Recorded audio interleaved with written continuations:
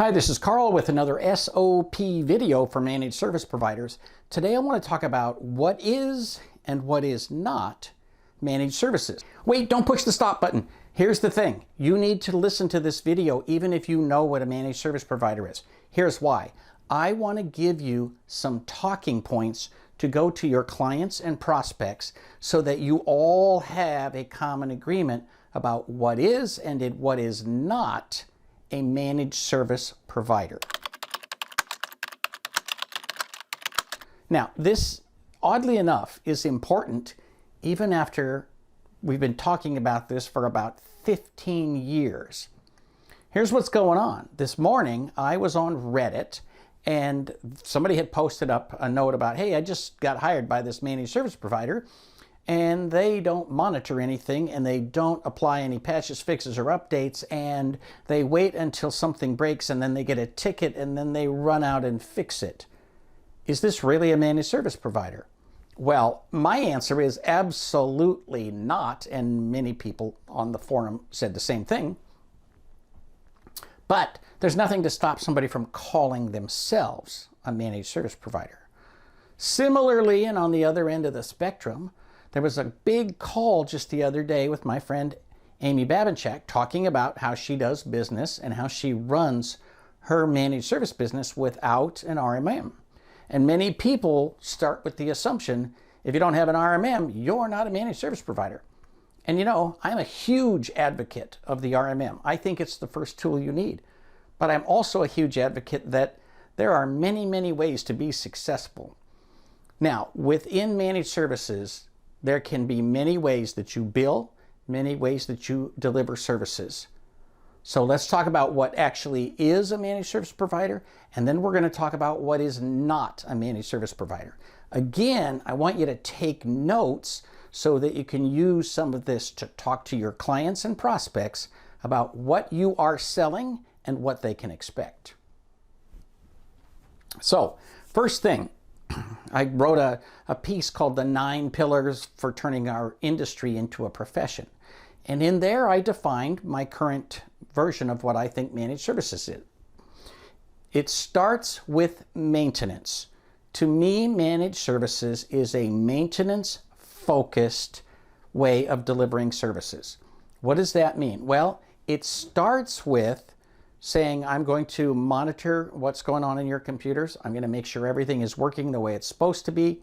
If something breaks, I will fix it, but I'm going to try to put in the patches, fixes, and updates so that things don't break. So you have less break, and therefore you need less fix. So that's one key component. The single most important thing about managed services, the definition as far as I'm concerned, is that a managed service provider takes responsibility for the client's network and their technology. Now, that can take many, many forms. Think of it in terms of what a large company would do is have an internal IT. What a small company can do is to outsource that IT management. So if you've only got 10 employees, it doesn't make any sense to hire an in-house technician at $80,000 plus benefits and then have them sitting around most of the time. So you can outsource it for a few $1,000s a month and get amazing, spectacular support without having to have an extra employee in-house. So that means that the managed service provider has to act as they would as if they were the in-house IT, meaning they have to think about what is the company doing, where they're going, how are we going to get them there, how are we going to save them the most money, how can we make them the most efficient, how can we maximize uptime, minimize downtime, right? That's got to be your mantra. It means you look into the business side as well as the technology side. So if you just want to be a techno-goober and just apply patches and take no responsibility, that's cool. That's a business model. It's not a managed service business model. So responsibility is the first thing. And then I mentioned maintenance. So the second most important thing is that you have to make sure that you're keeping everything up to date. You have to make sure that things work as much as they possibly can. And so that also includes keeping the client up as much as possible and getting them back in business if something happens. All of this has entered the public discussion because of the recent ransomware attacks. If there's ransomware, what can you do as quickly as possible to get the client back in business? In the old days, that meant getting that server back up. Today, that means getting the cloud operations working again as quickly and efficiently as possible. So those are the core things that we deliver, but there's another few things that we deliver. One of the things about managed services is that we need to engage within the client's business to help them to understand where their technology is going, how you're going to get there, and help them make good decisions.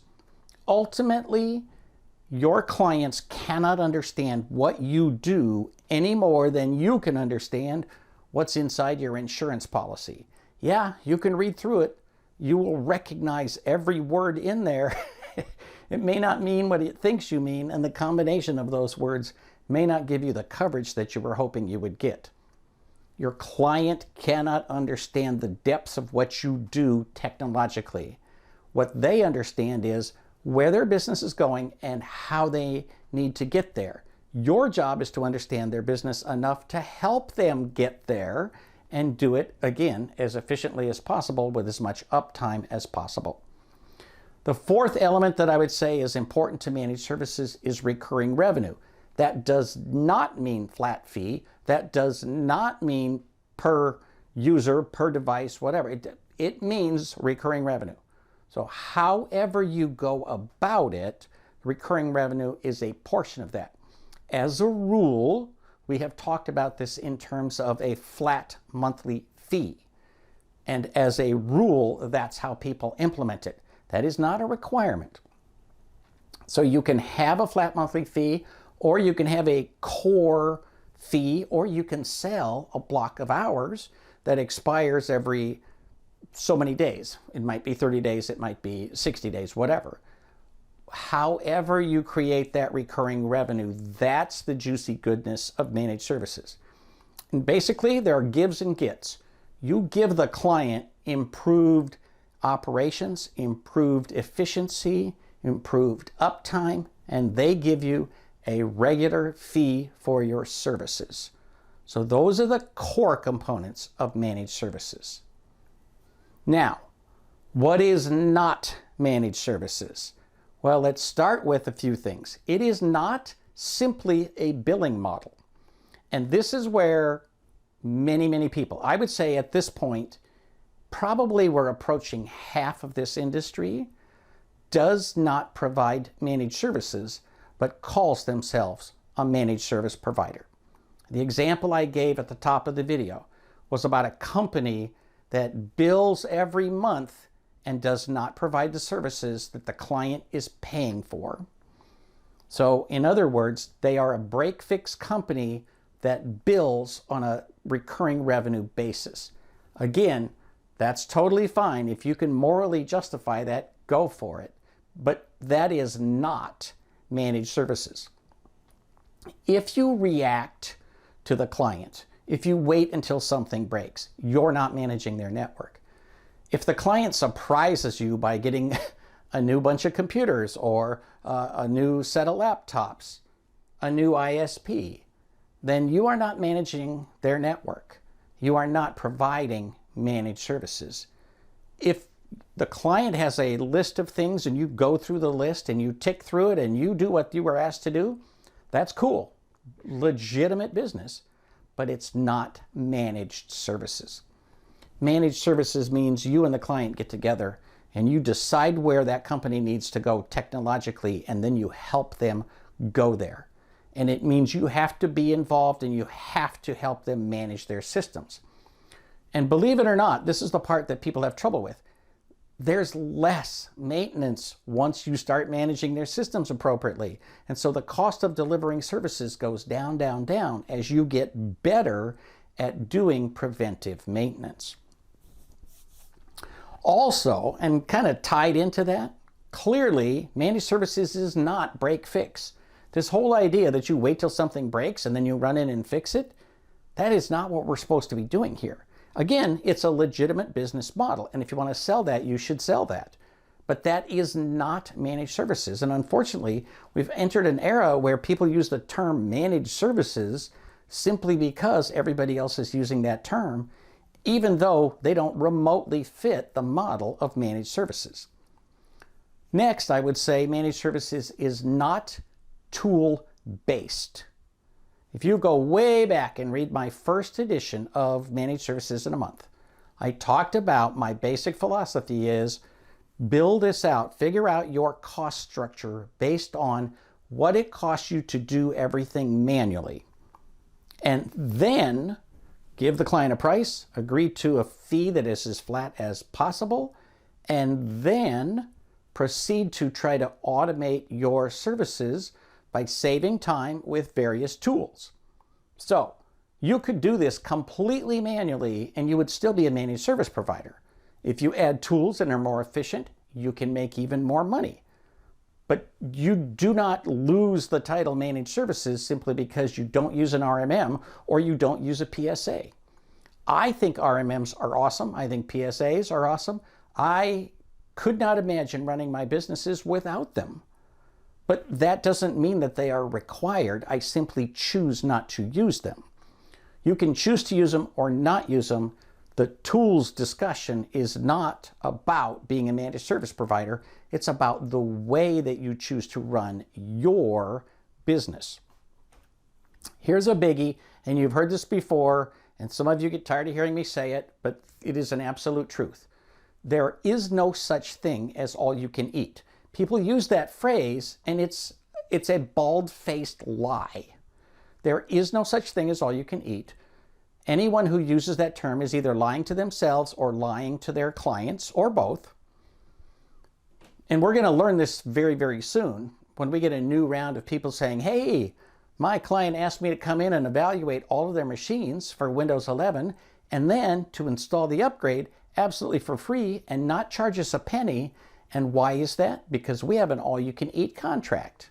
All right, well, there's only 250 machines, so knock yourself out or learn the lesson that you cannot have an all-you-can-eat contract. We'll see. Hang in. It'll happen. The deal is managed services covers maintenance. Remember, that's part of the definition. So there have to be lines around what's included and what's not. Adds, moves, changes are not maintenance. As soon as you learn that lesson, you will begin to make more money. So many people lose money in this business. Roughly 25 to 30% do not make money. They're charging $150 an hour. They're losing money because they don't manage their own business efficiently.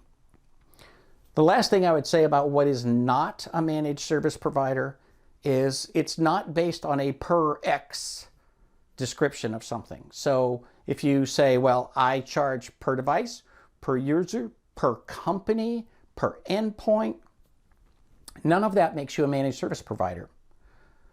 Way back in the day. So I wrote the first book that ever mentioned managed services in writing, and Eric Simpson wrote the second. And they came out about 3 months apart. Surprisingly, we have very different ways that we manage our companies.